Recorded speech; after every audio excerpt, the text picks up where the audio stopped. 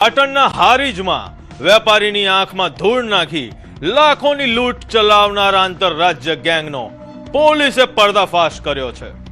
છરીની અણીએ ખેલાયેલા આ લૂંટના ખેલમાં ઉજ્જૈન કનેક્શન કેવી રીતે ખુલ્યું, જુઓ પોલીસના માસ્ટર પ્લાનનો ખાસ રિપોર્ટ। તારીખ 20 એપ્રિલ 2026 રાત્રિના 9:15 વાગ્યાનો સમય। હારીજ શહેર જ્યારે પોડવાની તૈયારીમાં હતું ત્યારે જ વેપારી જયંતીલાલ ઠક્કરની પાછળ મોતનો પડછાયો બનીને બે લૂંટારુઓ ફરી રહ્યા હતા। થેલામાં રહેલા 2,80,000 રોકડા પર આ શિકારીઓની નજર હતી। હારીજમાં લૂંટ, ઉજ્જૈન કનેક્શનનો પર્દાફાશ।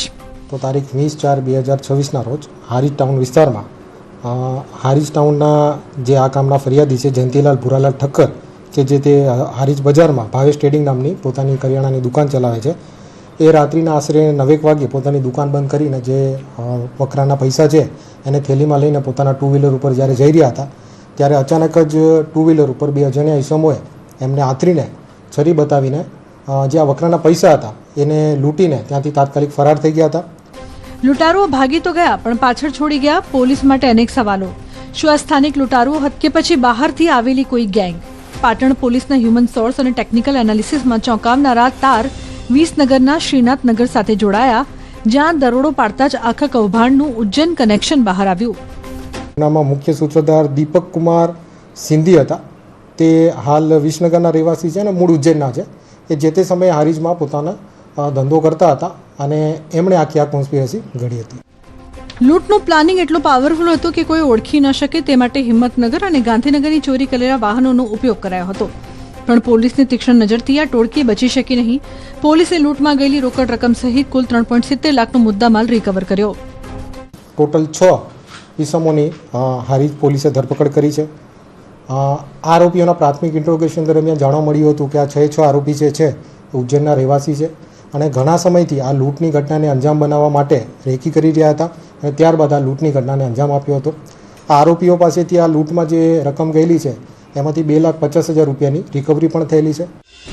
પકડાયેલા 6 આરોપીઓમાં દીપક સિંધી, સ્નેહલ શાહ, સંજુ ડોડિયા, વરુણ પ્રજાપતિ, ચિરાગ બસોડ અને જય ભરત સોલંકી હવે જેલના સળિયા પાછળ છે, જો કે મુખ્ય સૂત્રધાર રામુ ઠાકુર હજુ પણ ફરાર છે। પોલીસે અનડિટેક્ટેડ ગુનાને ઉકેલી હારીજની જનતામાં સુરક્ષાનો અહેસાસ કરાવ્યો છે।